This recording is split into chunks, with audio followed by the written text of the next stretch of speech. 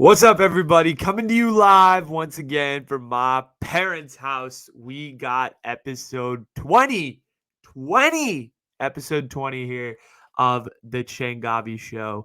I'm your host, Anuj Changavi, and as my tagline says, I am the man, the myth, the legend. If you're listening on Spotify, I truly apologize that you don't get to see me in my true video excellence and form, but you know what? Tune into my YouTube channel next time. Everything is at the Changavi Show, all social media. You know the deal. Go follow, go like, go subscribe. We got a big show to come, guys. I've been absent. I know I didn't record last week. I had that little mini show for you guys. Talked a little bit about Novak.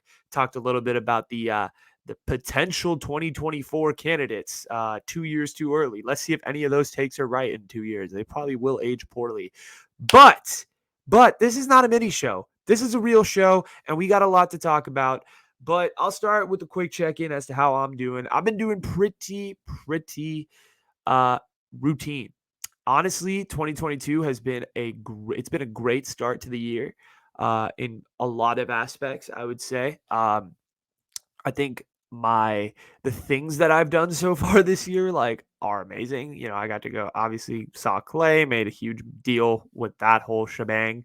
Um and I've gotten to, I've gotten to see my Niners in the playoffs. It's been a pretty good year in terms of like social stuff, and but in terms of work stuff and in terms of like this podcast, it's I haven't been producing the level of content, the quality of content that I'd like to.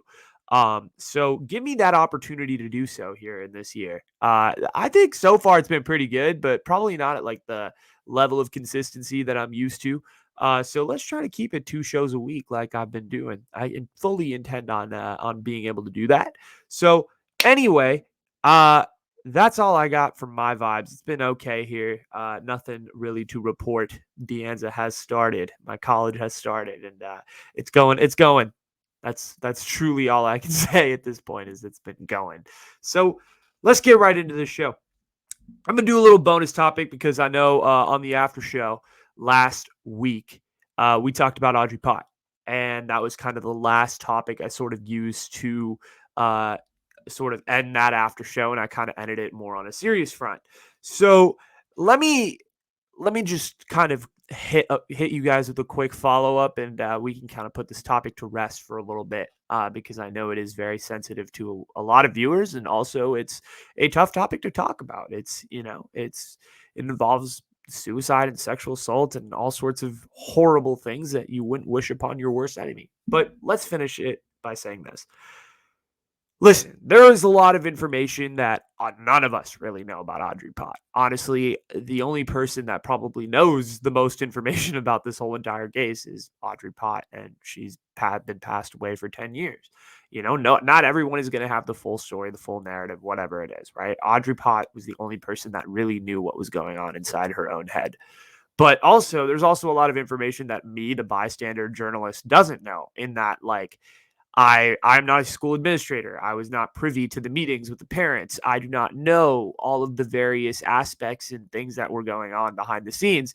I can only speculate, but also I can only make my best educated conclusions with the evidence that was given to me by articles and stuff like that. But let's state the truth of the matter.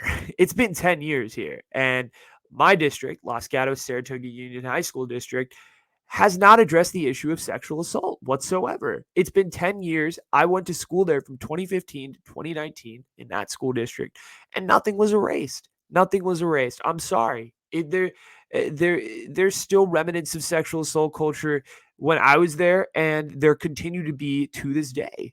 We the culture is still, I mean, NBC Bay Area, which is the local news station out here in the Bay, did a whole episode on sexual assault, particularly in our school district. If that doesn't say that we have a sexual assault problem with not, within our school district, I don't know what does. There are actual mainstream journalism outlets. Candace Nguyen, she did a whole piece on this whole entire thing.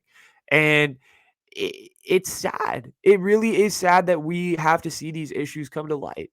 This problem never left. I mean, the school district swept Audrie Pott, like I talked about last week, kind of under the rug.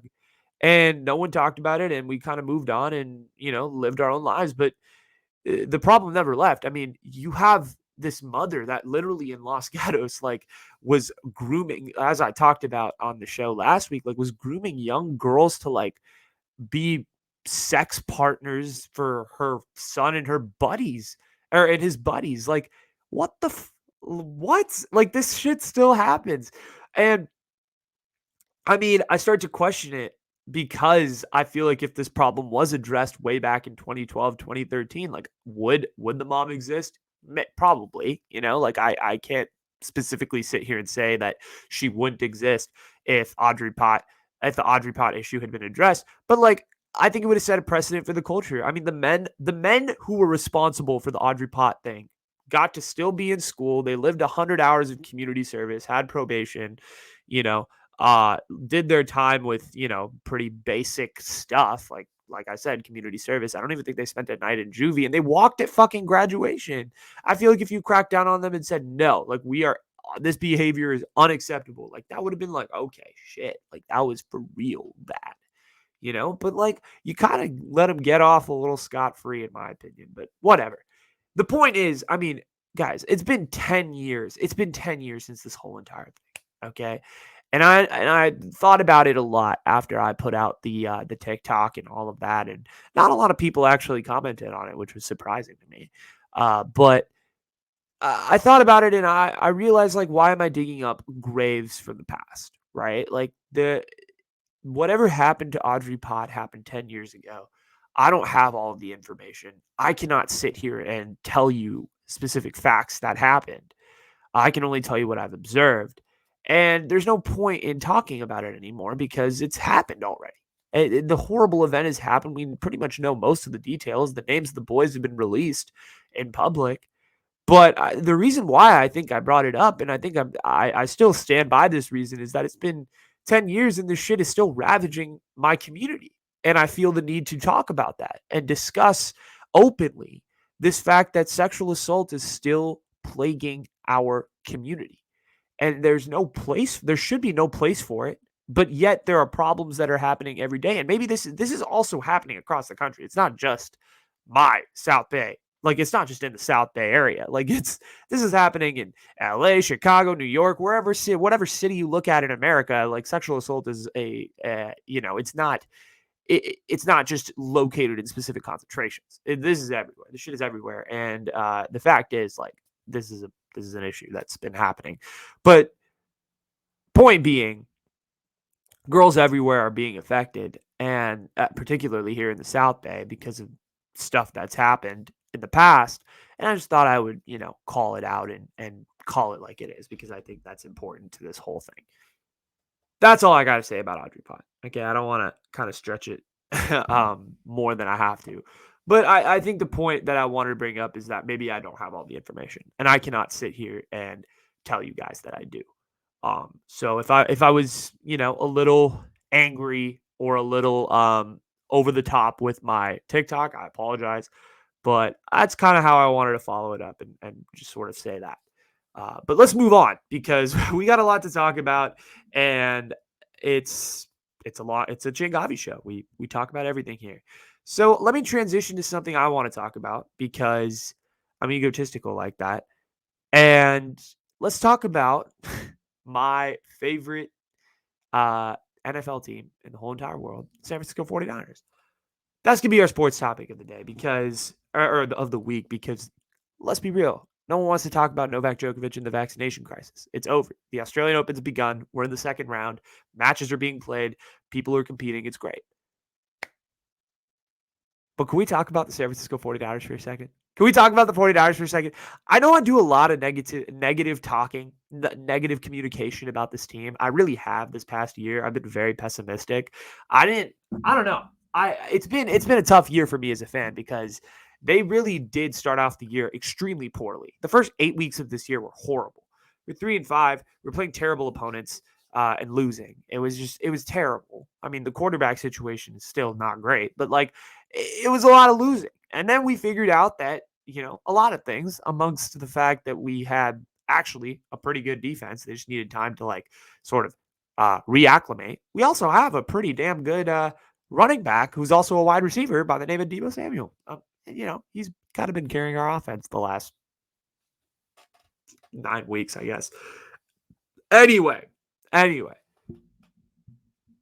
me just say, the 49ers have always been special to me. I know I've done a lot of shit talking about them this year. I know I've talked a lot of crap about the San Francisco 49ers. But the Bay Area is my hometown, okay? And I will always rep this football team. Doesn't matter how good they are, doesn't matter how bad they are. I'll wear their gear no matter what. But here's the thing. I'm not going to necessarily agree with every decision the franchise makes. I think as a fan, we're taught like, oh, we're supposed to ride with our team and we're supposed to have hope in this franchise and blah, blah, blah. But like, I'm a critical, I like to think of myself as someone who likes to think critically. And as a critical thinker, as the intellectuals say, like, I question a lot of the decisions the 49ers front office and the brass makes. But let me just say this and give them their credit. 3 months ago, if you asked me if the 49ers were going to make the playoffs, I'd tell you, you crazy. You're crazy. You're crazy. No way they're going to be in the playoffs, let alone win a playoff game. But they went 7-2 their last 9 games. They won their NFC wildcard game against the Dallas Cowboys. I almost said Cowgirls. Sorry. And suddenly we're here. We're about to play in a divisional playoff game against the Green Bay Packers, the number 1 seed in the NFC.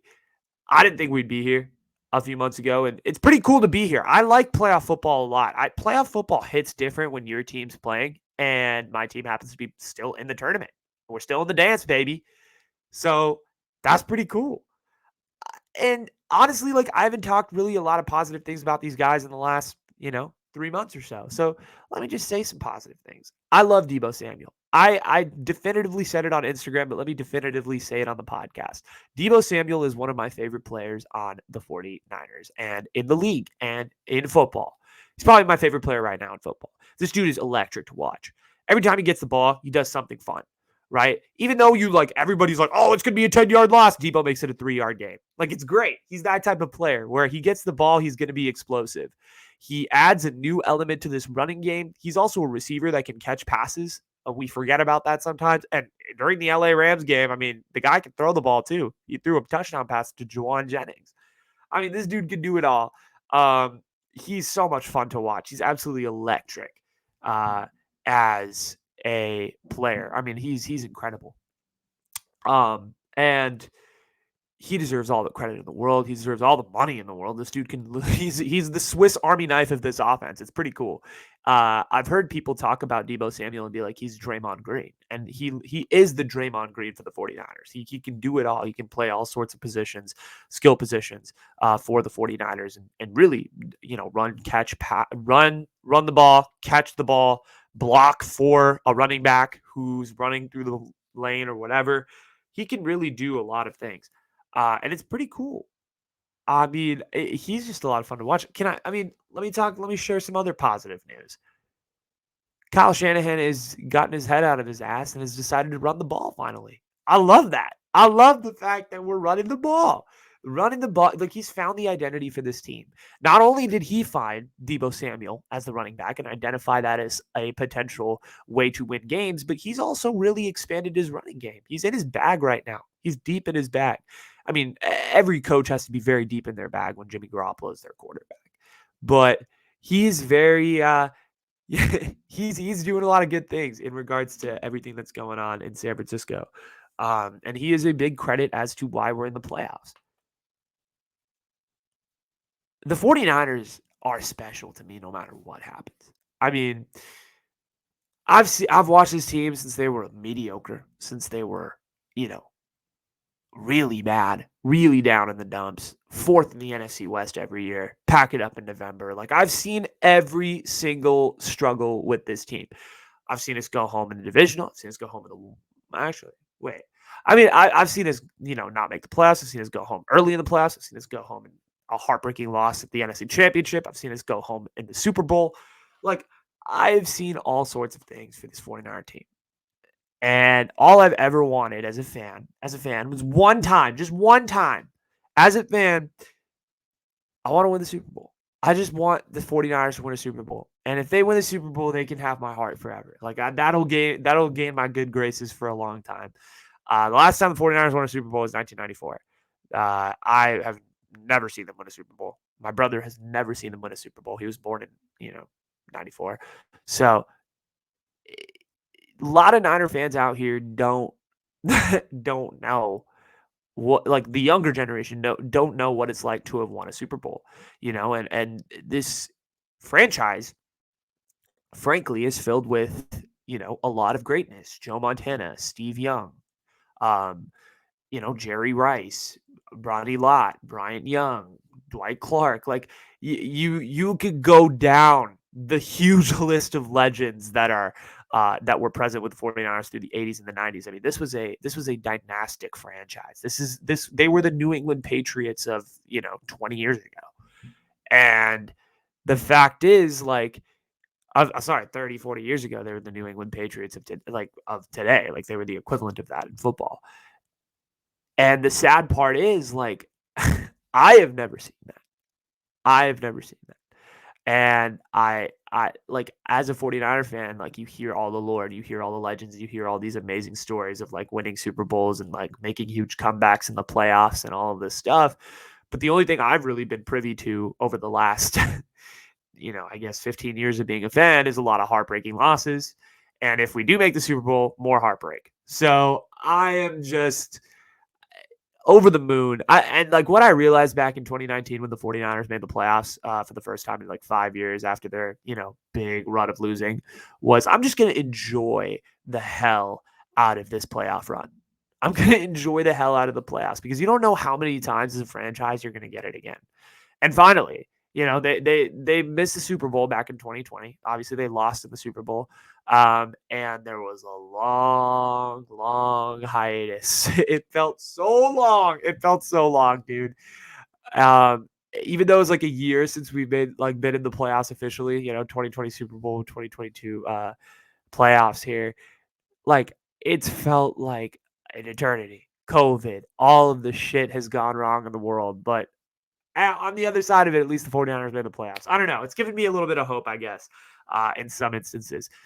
Why do I love the Niners? I grew up here. I mean, like, I grew up with this team. If you think about it, like, these athletes are like my family in some weird way, if you look at it that way, right? Like, I grew up watching, Colin Kaepernick, like, grow up in front of my eyes. Even though I was 12, which was weird because, like, he was way older. But, like, I watched that, like, I call him a kid. I watched Colin Kaepernick go from, like, this kid, this athletic kid, to this social justice god, right? And this guy who was being interviewed by CNN and just this big deal throughout national media. I saw that whole story, like, literally from the very beginning to the very end.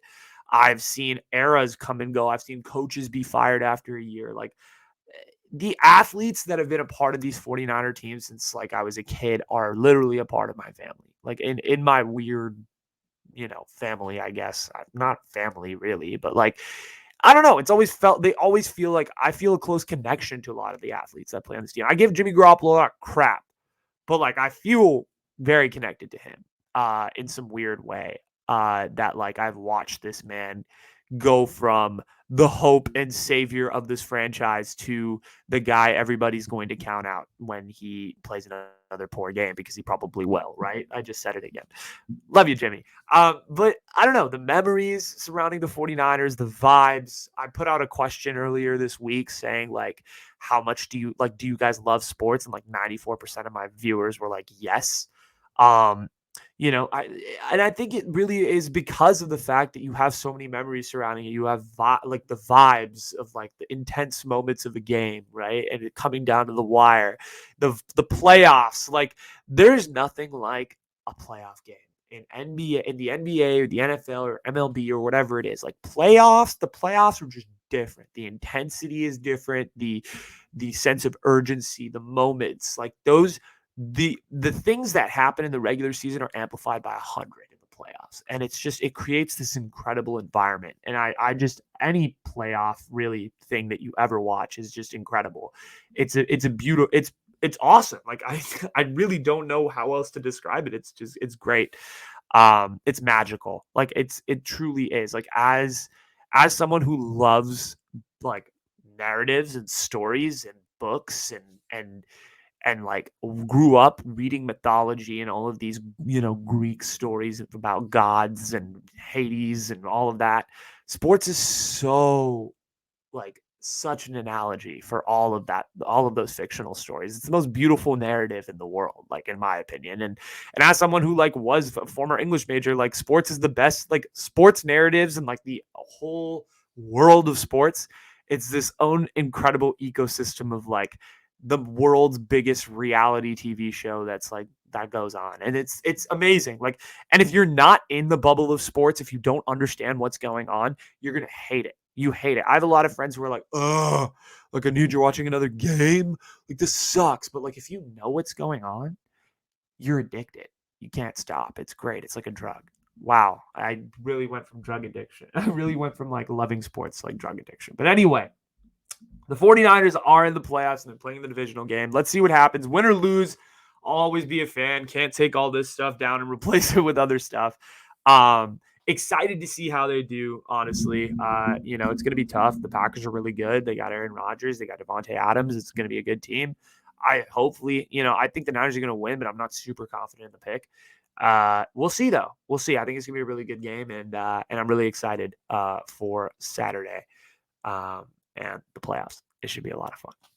Okay, let's completely take a 180 and just transition from the 49ers and my love of sports to TikTok and the music industry, because that's what we're going to do. Is TikTok changing the music industry? Hear me out here, okay? I know this is like going to sound pretty crazy. I want to talk about someone. I want to talk about someone very important and someone who I think is going to be a big name in the music industry very, very soon. I know there's been a lot of famous TikTok musicians, people who, have blown up because of songs on TikTok, et cetera, et cetera. I think we found our next big one. I think I found the next big one before she became big. I think she became big for one TikTok, but I think she's going to continue to be like a big TikToker. She's relatively big, but she's not like super big. She's bigger than me. My 60 followers, she's got like 700,000. So she's like big, but like I'm like, here. but she's cool. Her name's Stacey Ryan. And for those of you that don't know the name Stacey Ryan and how it relates to music, let me explain it to you really quickly. Stacey Ryan is this girl, Gen Z girl. I don't know how old she is. She's from Montreal. And she is like your normal music account. She posts a lot of videos of her, singing her original music or covering different songs, whatever. She's had decent success, I think. Like she's been viewed by Charlie Puth and duetted and all of this stuff. Stacey Ryan recently put out a challenge where it's called an open verse challenge, where I guess like she wrote the first part of her song and sang it, and then like basically left the other 45 seconds or whatever like of the verse where like someone's verse would be added in, and gave someone the opportunity to be able to sing that, right? It was like a competition of like, I need a verse on a song. Here is what it sounds like. Here's my part. And then like, just leave the rest of the beat open. If that makes any sense at all. If you like look up the Please Don't Text Me When I'm Drunk challenge, you'll get it immediately. Like that probably was such a bad explanation. Anyway, I'm not saying Stacey Ryan is single-handedly changing the music game on TikTok, but this challenge was like the first real challenge to like open me up to the world of music on TikTok, because it's incredible. The Please Don't Text Me When You're Drunk challenge is so cool because I was like going through it. I went through it for like 45 minutes of just all the different submissions of people that were like going through and like duetting Stacey's kind of open verse challenge and like writing their own verses to the beat, and just like hearing people's different interpretations, different comedic interpretations for some, and for some people like actual just beautiful voices or jazz vibes or R&B vibes or rapping, like just all sorts of different things. And like people were bringing all sorts of different musical styles to the table. And it got me thinking. I was like, TikTok's going to change the music industry, because for one very simple fact, and that's because of the fact that you can suddenly take one of your favorite artists whatever songs, and or if they have a duet challenge, like you can take their song and just duet them. You can sing along with them. You can sing along with your favorite artist. You can come up with the freestyle for your favorite artist, and you can just post it on your TikTok.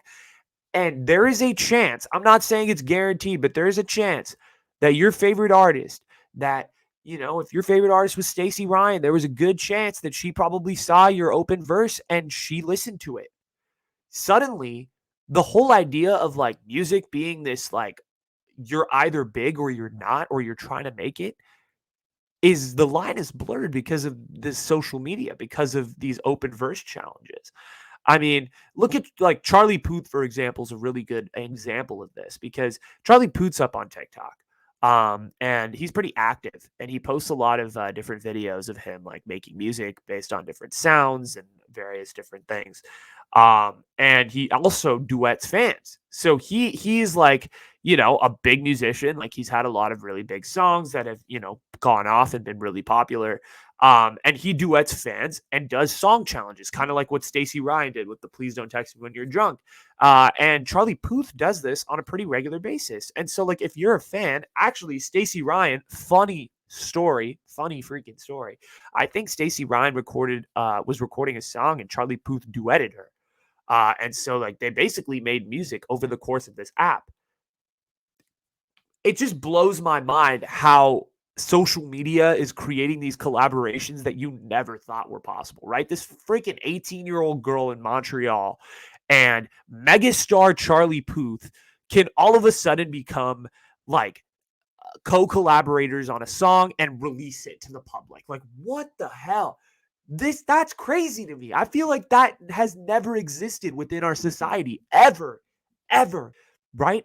Another example of a song that was created on TikTok, ABCD FU or whatever it's called, by Gail, right? She was literally like, I have no inspiration for music. Can someone in the comments like give me something? And someone like wrote some shit about how you should sing a song about the ABCs, and like boom, it sparked this moment of inspiration. And I've heard that there's like conspiracy theories behind like who wrote that comment, and like it could have been the president of Capitol Records and all of this shit. I don't know. Okay. But like that's kind of cool that like fans now and like people can collaborate with musicians, and it's no longer this world of like closed doors and open doors, but more so like anyone can see anyone. Like, for all you know, Charlie D'Amelio could watch this video right now, and 3 days from now, I could be popular. That's probably not going to happen. But the fact that the true future of collaboration lies within social media. I mean, music is democratized. It's going to be democratized at this point. If this duetting continues, if Beyonce one day decides to get a TikTok and posts a freaking verse challenge, and someone freestyles to it and it goes really viral and Beyonce sees it and they start collaborating, like, boom, your career. Like, it's the way that things are, it's a game changer. This TikTok, like these open verse challenges, these beat challenges on TikTok, like pushing other musicians to like get better. Like this is the future of music. It's right here on this app. And like everyone calls it, oh, it's the cancerous app where people just do dances. No, you're seeing it right here. I mean, you literally are having famous artists, Charlie Puths of the world, Jason Derulo's, duet fans who are rappers, producers. I mean, it's game changing, and it's obvious. It's not happening on like a huge level, right? It's happening with a couple of artists here and there, and it's happening kind of on a, right now, at least in 2022, it's not happening on this like super regular basis where like everyone is duetting everyone, and it's like this pure democratization of everything. No, but it could, like there was this stand-up, like I'm giving another example of like how a duet could be kind of cool. There was this stand-up comedian who did a set on this actress Allison Stoner. I don't know if you know who that is. She was in Cheaper by the Dozen, but he did a whole set on her, and I don't know if he tagged her or what, or or the set went kind of viral, I think, and she just saw the set and she duetted her reaction to it, and like that must have been mind fucking blowing for that guy, right? Like who was just wrote a set about how he had a crush on Allison Stoner. And suddenly she saw it on TikTok and it was like, boom. Like, that's crazy. That's crazy to me that like any celebrity can see anything at any moment. And this is the social media era we live in, right? It's truly a new era, and I think it doesn't only apply to music, but it applies to like the whole anything that requires collaboration. Social media is like giving you that opportunity. It's no longer like you have to know someone who knows someone, but it's more so like, fuck it, I'm gonna put my shit out on social media and someone might see it and it might lead to something. I'm not saying it's gonna happen on the first try. For Stacey Ryan, it probably took 100 of these duets to like really get it popping. And then like, what, please don't text me when you're drunk, just got off, right? I don't know her story. I really don't. But like it's something like that. You never know who's going to see you on the internet. It's the truth. You never know who's seen you on the internet, which is also kind of creepy, but like, we can get into the dark side of the internet later.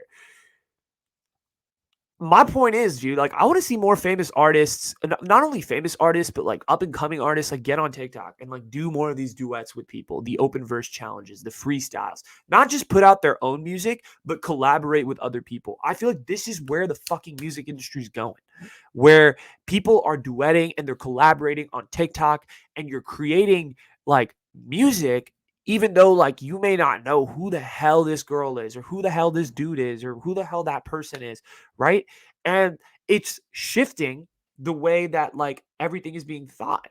I mean, you look at the way, like I've talked about it with entertainment. You look at Disney, you look at Netflix, you look at the way that the Hollywood used to be ruled by the studios. They used to be ruled by Warner Brothers, and Warner Brothers would pick the specific actors that would be in the films, right? You look at the way music was formed, right? There would be specific rappers that would make it big and have these huge record deals and contracts and be the stars of the industry, and everybody else was a starving artist.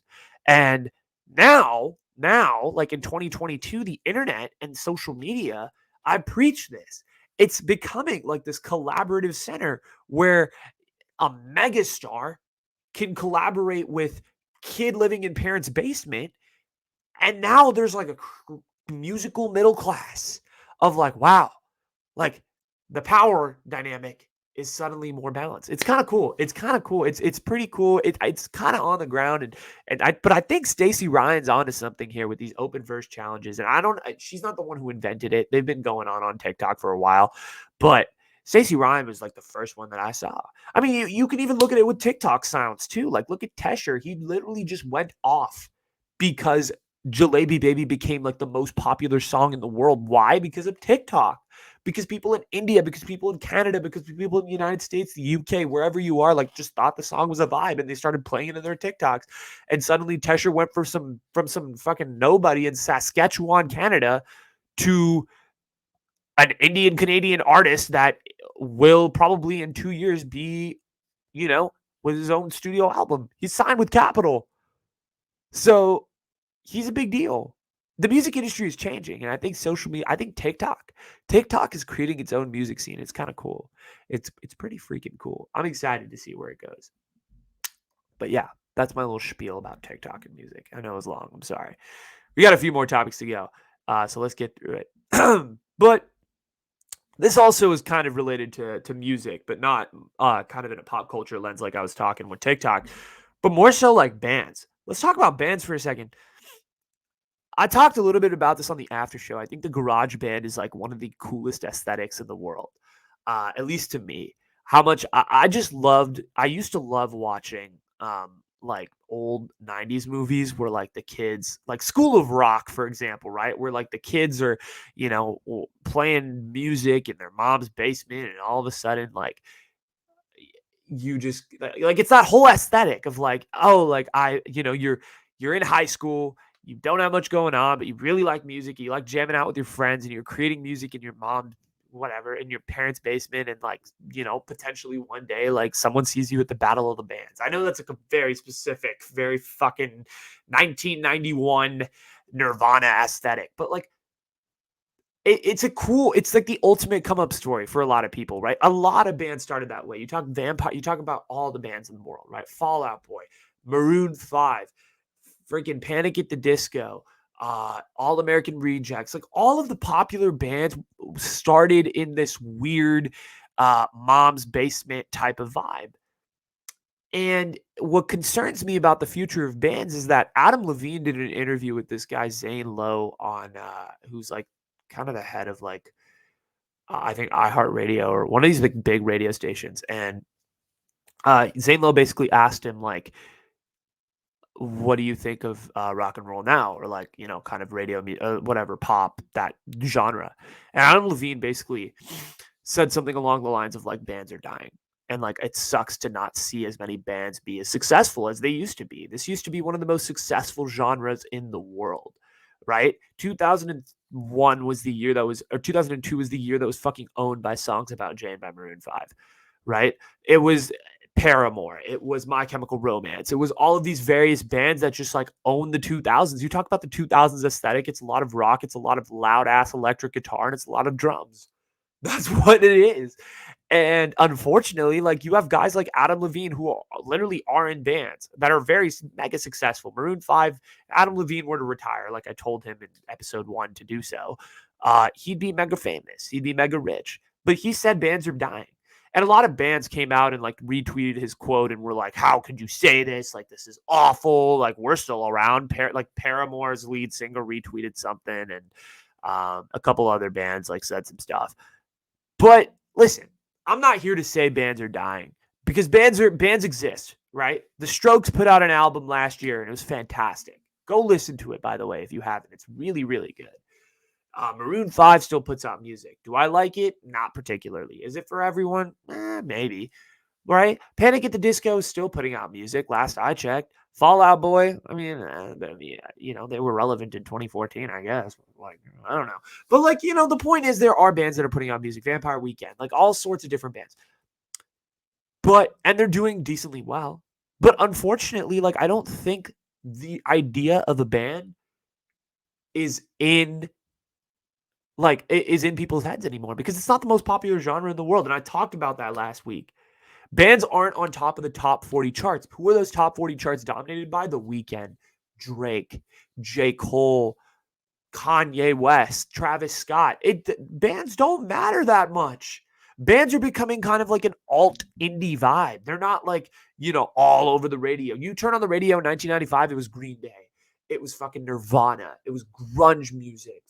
Like, it was loud rock music. It was rock and roll for the longest time in this country. And now you look at 2022, I listen to the most stuff on the radio. It has some sort of rap influence. Even Beautiful Mistakes by Adam Levine or by Maroon 5 has a Meg Thee Stallion verse in it, right? Like, pop is being forced to adapt to this new genre that is hip hop and rap. And bands aren't on top of those top 40 charts. Maybe Maroon 5, when they release an album, will be there for a couple weeks, but that's about it. They're the biggest mega band, I could argue, in this generation of bands. But there's no real motivation to like collaborate and be like, hey guys, let's start a band in my garage and just jam out to music and see where it goes. It's not like that anymore. It's not.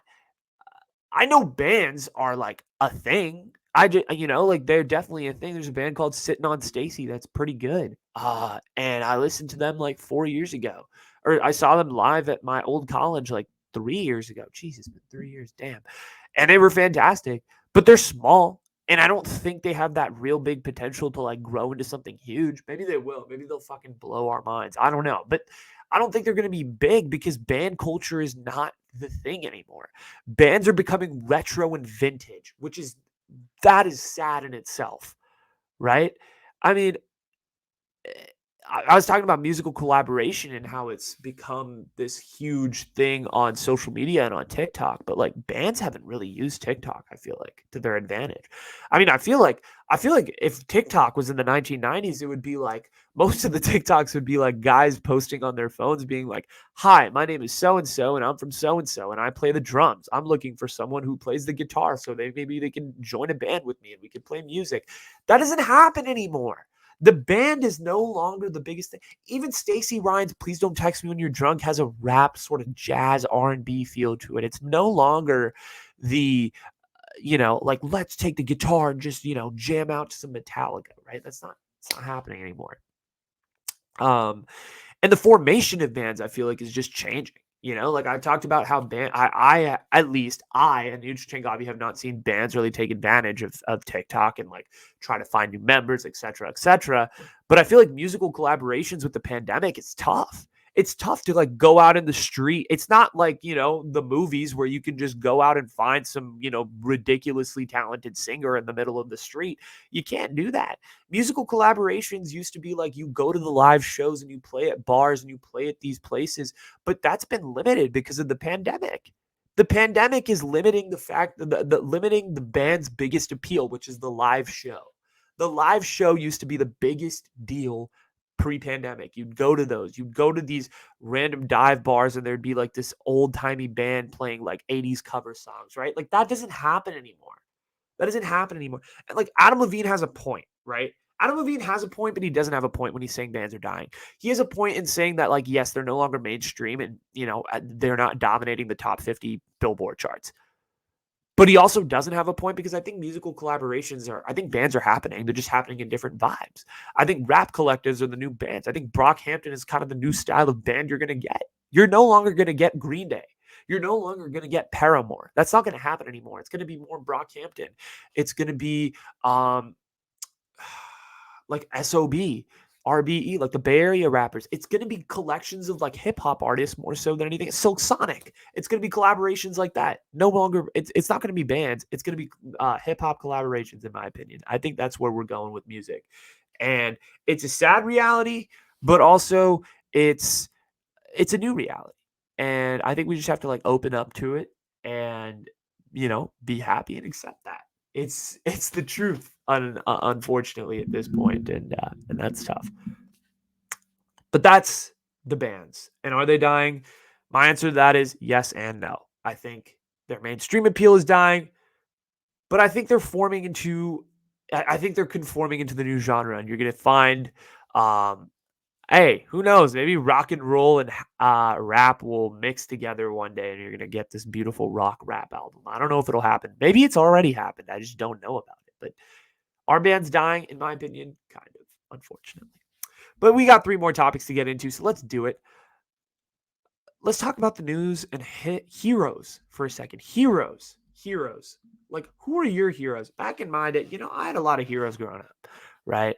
I loved, for me, like my athletes were my heroes. I kind of talked about this, right? Like my biggest hero growing up was this tennis player by the name of Rafael Nadal. Like I loved him. I was him for Halloween. Like I had my parents buy me his shirt from Nike. Like I wore that thing around. Like I wear the sweatbands. Like I wanted to be Nadal so bad. I wanted to just I played like when I used to play tennis, I used to hit the ball like him, even though his strokes are like completely, canceled by tennis fundamentalists and like you should not be doing that. Like I love to emulate him on the court. Like he, just running around, giving it max effort. Like that was who I wanted to be. He was my hero.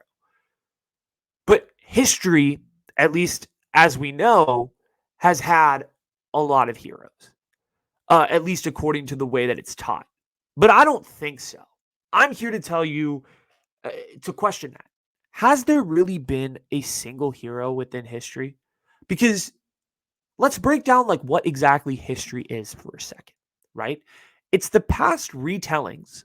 It's the retelling of the past and the retelling of past events to the current generation so that we can look and identify the problems and the patterns that were seen in the past and prevent that from happening in the future. I think that's a pretty good working definition of history.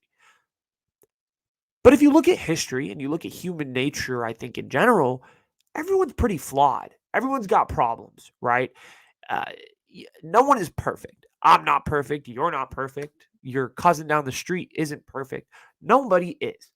And if you look at the way that history is written, history, at least the way it's taught and the way that historians and documentaries and all of these things that we're exposed to history by are taught in a way that it's all a narrative. It's a story. It's a moving piece of a story. And that story and that narrative is told by the people who wrote it, right? History is all based on the people who wrote it and who delivered the information into your brain. So everybody's version of history is slightly different if you look at it in that sense. And really, I was thinking about this and I was like, the only true things that are the facts about history are battles, like when events took place, right? And maybe in war, whatever, conferences, like dates, specific dates, and then like battles, like death tolls, all of that, death dates, statistics, that type of thing. Those are the, like, besides concrete numbers, there's no fact in history. That is up to people's interpretation.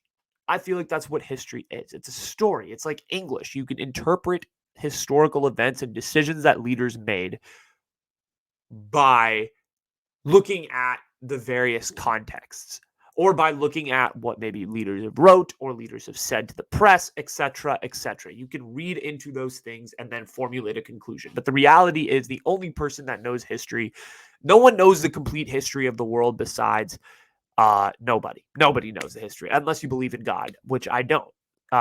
Nobody really knows the complete history of the world. I think there are semi-true things about history, right? Like you could say like Adolf Hitler was a bad guy. Fair. I think it's pretty much 99 up to about 99% of the world. Adolf Hitler is a bad guy, right? Dropping the was dropped like the, like what's another one? Like what's another semi-true thing, right? Like who was a bad guy? Like there were some really bad guys in history, right? Cecil Rhodes was an asshole. He was a terrible man. Yes, we can fundamentally say that based on conclusions, based on things that people have said. Slavery was bad, right? Putting down a race is not good. We could see these are true things. These are true things, but they're also like derived by historical context. Okay. Sorry to get really deep here, by the way. But then there are like the interpretations. This is where like history just goes out the window. It just becomes all narrative, right? People call Neil Armstrong a hero. Was Neil Armstrong really a hero? Like, dude, it was cool, right? He went to the moon, like that's great. But his like role in the history of the world is so overhyped. Okay, I don't think he's like a real hero. I think he was someone that like 9-year-olds probably looked at in 1961 and were like, "Damn, that's kind of cool." But like most people forgot about him, right? He wasn't a true hero. Like he wasn't someone who like, fought an award, did any of that. But like, yeah, he accomplished an incredible thing, and that's awesome. But like, in terms of the whole history of the world, he was definitely like over, shot. He wasn't like there's different ways to interpret if Neil Armstrong was a real hero. There are a lot of historical questions. Why did Winston Churchill do what he did in Gallipoli? Right? Like that's a question that nobody fucking knows. But you, as historians, like you have to figure it out, right? Why did Hitler invade Poland first? Okay, historians can figure that out, but there are different interpretations, there are different sides, there are different perspectives. That's what I mean by that. And then there are like the criticisms of the actions. This is where like history becomes complete opinion, right? When you talk about like, oh, like I believe that General Lee's or fucking not General Lee, but like I believe that General Sherman's strategy of scorched earth in 1864 down Savannah, Georgia was completely unethical.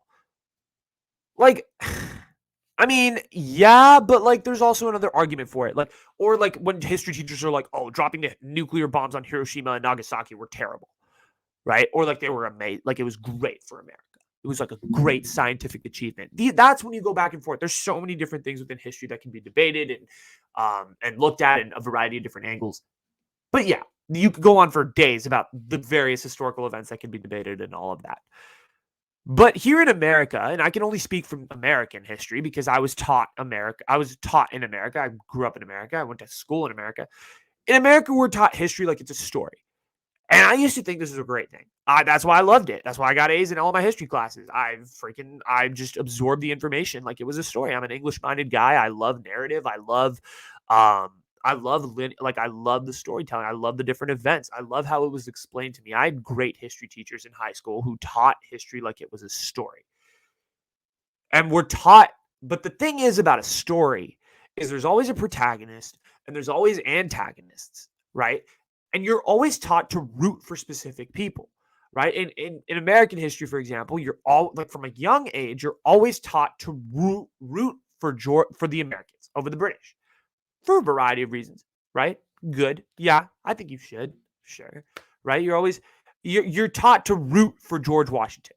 You're taught to root for Abraham Lincoln. Franklin Delano Roosevelt. These are the heroes. Winston Churchill in world history. Who's another one? You're taught to like the antagonists of history.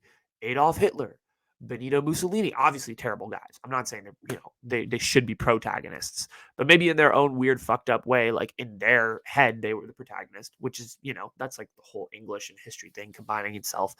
Um, but here's some more complicated names, I think, throughout history of people who could have been good, but also could have been bad. George W. Bush. Was he a good president? Was he a bad president? Depending on who you are, you'll say different things, right? Gorbachev. Was he a good leader? Was he a bad leader? Depending on who you are, you say different things, right? Like Golda Meir. Was she good? Was she bad? Martin Luther King. Another person you're taught is a hero. Like, I'll give you the example of Martin Luther King. Why don't we go there? It was his day a couple days ago. Let's talk about Martin Luther King for a second. I don't think Martin Luther King is a hero. I'm sorry. I don't think he's a hero. And I'm not trying to sit here and cancel Martin Luther King at all. I don't think he's a bad guy. I don't think what he did. Like, I think, like I said, human nature. We're naturally all flawed. But Martin Luther King isn't the hero that you think he is, in my opinion. He did a lot of great things, of course, right? Preaching nonviolence, like obviously getting America to the point where they signed the 1968 Civil Rights Act, gave African Americans a lot more privileges, and segregation became kind of a thing of the past to a certain extent. But he's not the saintly hero that American history portrays him to be. I think this is so interesting to me. Malcolm X versus Martin Luther King in American history is painted as like one of the Malcolm X is painted as this huge antagonist, and Martin Luther King is this hero who was like, we should never be violent and all of this stuff, right? But Martin Luther King was also not a great guy. In American history, he's portrayed like he's a god. He's not. I'm sorry. He's not a fucking god. Okay. Martin Luther King, let's go through some of the things Martin Luther King did. Okay. I did a lot of research. Martin Luther King plagiarized parts of his doctoral passages. Okay. So he was a Dr. Martin Luther King, right? He got his doctorate, I believe, from some school in Boston. But a lot of his doctoral passages that he wrote in like his, doctorate paper were plagiarized. He plagiarized a lot of those. And he's known for being an educated guy. That's like his thing, right? Like he went to lots of years of school. He went to like theological school and like the theological seminary, and also went to like actual school and studied and like all this stuff. And like, that's fine. Look, I know a lot of people who plagiarized in high school. Are they necessarily bad people? No, that's fine. Cool. But he also plagiarized quite a few of his speeches that were taken from different pastors in the South. Okay. And that's not great. That's not a great look, considering he's known as probably one of the best orators of our time. He did plagiarize a lot of his speeches. Just something to keep in mind. Again, this is not something I'm trying to cancel him with, but he did plagiarize his speeches. I think that's something you should know. Here's an interesting one.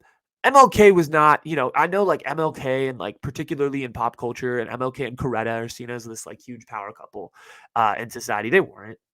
Okay. Like Martin Luther King like funded sex parties and stuff. Like this is known fact. He funded sex parties through like the SLCC's money, which he was the head of. And which was like also like the SLCC was like being used as like a racial nonprofit to like fight against civil rights or fight for civil rights and all this stuff.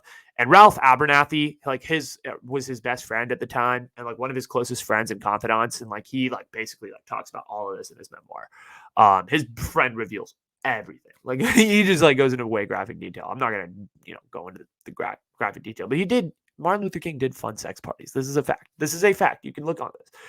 He cheated on Coretta, obviously. He was actually like with a woman the day he got assassinated, which is a fun fact. He wasn't in Memphis to see that woman. He was in Memphis to give a speech at a garbage strike, a sanitation workers strike, which is interesting. But he was with the woman the day before he got assassinated. He was like in some weird thing with some women. But here's the thing. A lot of this information, why it hasn't been released necessarily, and I think it will be released in the next upcoming years, is because the FBI files at Martin Luther King are not out. For those of you that don't know, Martin Luther King was like basically wiretapped by the FBI, and they were trying to figure out like if he was involved with the communists. That's why they were wiretapping him, because this was peak Cold War and all this stuff. And the FBI files are actually coming out in 2027. So when when those files come out, I bet you a lot of this stuff is going to become public information. A lot more people are going to be questioning why we celebrate Martin Luther King Day, and all of that. How do I know this information? You probably are wondering that. Like I said earlier, I think it comes from a lot of people who wrote books, like Ralph Abernathy, who was like one of MLK's best friends, and firsthand accounts also from the people who were close to him in his life, because that's the best I can do. I cannot go to the fucking DC and request those files. They're going to be available in 5 years, and we'll see what happens then. I say all of this to like not disgrace him. I don't think Martin Luther King is a bad guy. Like I said, like I think he did a lot of amazing things. He's a huge part of American history. I'm not trying to take down the Black community. There are a lot of nuances to the civil rights movement, and I think MLK is not this saintly figure like he's portrayed. He is a very nuanced man, like everybody is. And Malcolm X is the same way. Malcolm X is a fucking misunderstood dude. Okay? Malcolm X is not like, in class, we were always taught that Malcolm X was the guy who believed in any means necessary to gain independence for African Americans, whether that meant just killing white people and all of this stuff. And they portrayed him as this super violent man. I remember this specifically, 7th grade, Miss Duran. Shout out Miss Duran. Okay, shout out Miss Duran. If you're listening to this, Miss Duran, hi. I hope you're doing well. The first person who Miss Duran was the first person who told me that there was more to Malcolm X than him just being violent. And I remember like asking her a bunch of questions. She handed me the autobiography. She said, read it. I never finished it. I read like parts of it. I read like 100 pages, and it's great. It's one of the best books, apparently, according to people. There's also a movie. Denzel Washington plays Malcolm X. It's supposed to be really, really good. I did a lot of research into Malcolm X when I was in middle school and high school, and really looked into who he was. He's a super complicated dude. And I think like the way that he does talk about violence and like using violence, but he doesn't talk about it in like we have to eliminate all white people, like the way that history books talk about Malcolm X. It's a very nuanced argument that he makes, and I think it's actually a very fair argument. I think it's a realistic argument for the time. And the way that people portray this Malcolm versus Martin debate was just trying to pit the African American community together, or like pit the African American community against each other, in my opinion. And it was sort of a tactic to almost pit them apart, which is kind of crazy. Malcolm X just had a different approach to independence, but him and MLK were trying to reach the same goal. And actually, like if you look at reports, they were not like anti each other at all. They never really like talked in public and stuff, but like they were never against each other. Yeah, they believed in two separate religions. Like Malcolm X was a devout Muslim, and MLK is a devout Christian. Their whole like relationship, like Malcolm X versus Martin Luther King, is something that does not get talked about in American history, but it's a super interesting, very fascinating relationship that they barely knew each other, but like they were also like rivals because America's newspapers painted them like that, and it's pretty complicated and interesting. I highly recommend you guys go watch that. The point being, a lot of history that we're taught is very narrative based, but it's fun to go back and unlearn all the shit that we were taught, because there was a lot of weird shit in there. And I find it interesting because I have these conversations with my mom, and she comes at it from an Indian perspective, because in India, they were taught different narratives about Indian history and all the various things that the Indian government went through with independence and all this stuff. And they were taught history in a certain way to believe that certain people were the heroes, when in reality, like those people didn't do those things, right? Like Mahatma Gandhi, for example, is looked at as a saint-like figure in India, when in reality, like the man was a little flawed. He was known for sleeping next to little girls, and a lot of very messed up things, like he was in child marriage and all this stuff. Like I don't know too much about it, so I don't feel the liberty to talk about it here, but definitely go do your research on Gandhi. He's a very interesting dude, and did a lot of weird stuff for sure. Martin Luther King's idol, by the way. So it's kind of cool to see that kind of cultural mix, because my mom's going through it with Indian history, and I'm kind of seeing it with American history, and it's kind of cool. It's kind of cool to see. But let me go through this real quick. I got 2 more topics, and my computer's about to die, as it always is. My personal heroes. Who are my 2 personal heroes? Let me do this in 30 seconds. I'll tell you, there are 2 people that I have found nothing really bad about. A few people, actually. Malala. I think Malala's fucking fantastic. If you cancel Malala, like I'm just gonna be so sad. Like I'm gonna be like, there's no hope in this world. Malala's so nice. She just seems like a really just nice human being. Like she seems like someone I would just want to hang out with and just be friends with. And she's done so many amazing things. I've read her memoir. Go read her memoir, by the way, if you haven't. Malala, I Am Malala. It's a great memoir. I hope she writes more books because I feel like there's more to the story, and that story kind of ends when she's 15. So definitely go check out Malala. Malala Yousafzai, one of my favorite people. Mother Teresa, I think she's another incredible person. I think the only flaw with Mother Teresa is that she was just inherently Christian, and a lot of what she did was motivated by the church. But is that a bad thing? Not really. I don't know. I mean, I don't know. I don't know where. Anyway, Oscar Schindler is another like who I think is a hero. He did have ulterior motivations, but I like Oscar Schindler because he's truly flawed in that like he was a Nazi, and he was doing all this stuff behind their Nazi people's back, but he was also a Nazi and he did spy for them and was pro them. And Joan of Arc, I don't really know much about her, but I've heard good things, and I think I've heard good things about Joan of Arc. I don't know too much about her, but I've known that she was like a very like big thing with female representation and all of that stuff. And let me transition to this one final thing, this one warning I want to give you guys. There's one thing I'm confident about in this world. There's one thing. One thing. Anybody want to take a guess as to what that is? I'm going to make it. That's the one thing I'm confident in. I know I'm going to make it. No matter what happens, I think I'm going to make it. And I just want people to know that. And I also want to put that out into the universe. I think I'm going to make it in this industry. I don't know how, I don't know when, and I don't know how. I don't know where, right? I'm sitting in my parents' bedroom. It's January of 2022. I have pretty much $0 to my name in regards to this podcast.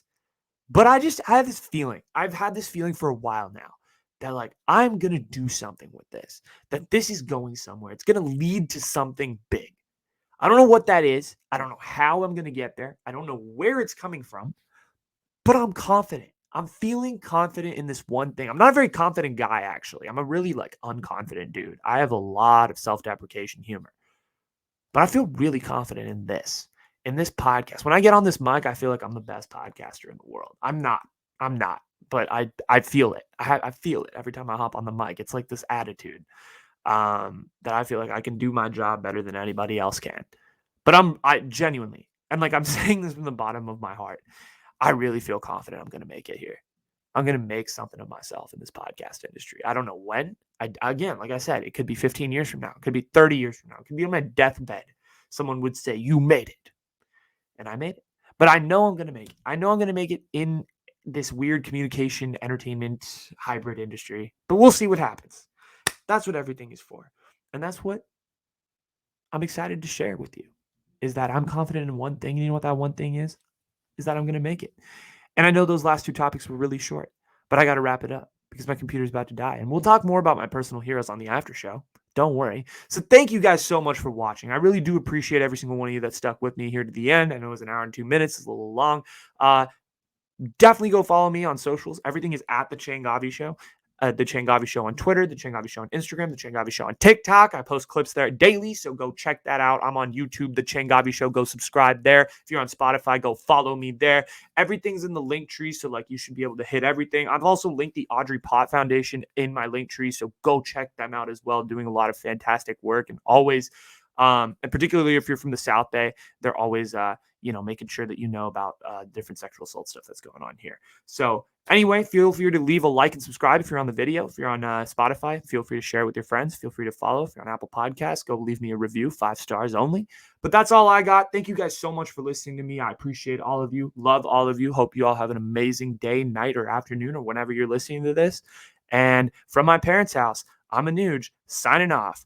All right, everybody. I'll see y'all soon, and take care. Okay. Peace. Peace, everyone. I was trying something new with the end there, so don't blame me if it's bad. But if it was good, if you like the signing off, I'll do that from now on. How about it? How about it? Okay, I'm just getting tired at this point. I'm going to sing, so I'll leave y'all. Okay, peace. Bye. Bye. That was weird. Okay, no, I'm going to end it like this, okay? Signing off from The Changavi Show. The man, the myth, the legend. Okay, peace. Peace for real. Okay, I mean to say bye this time. I mean it. Okay, bye.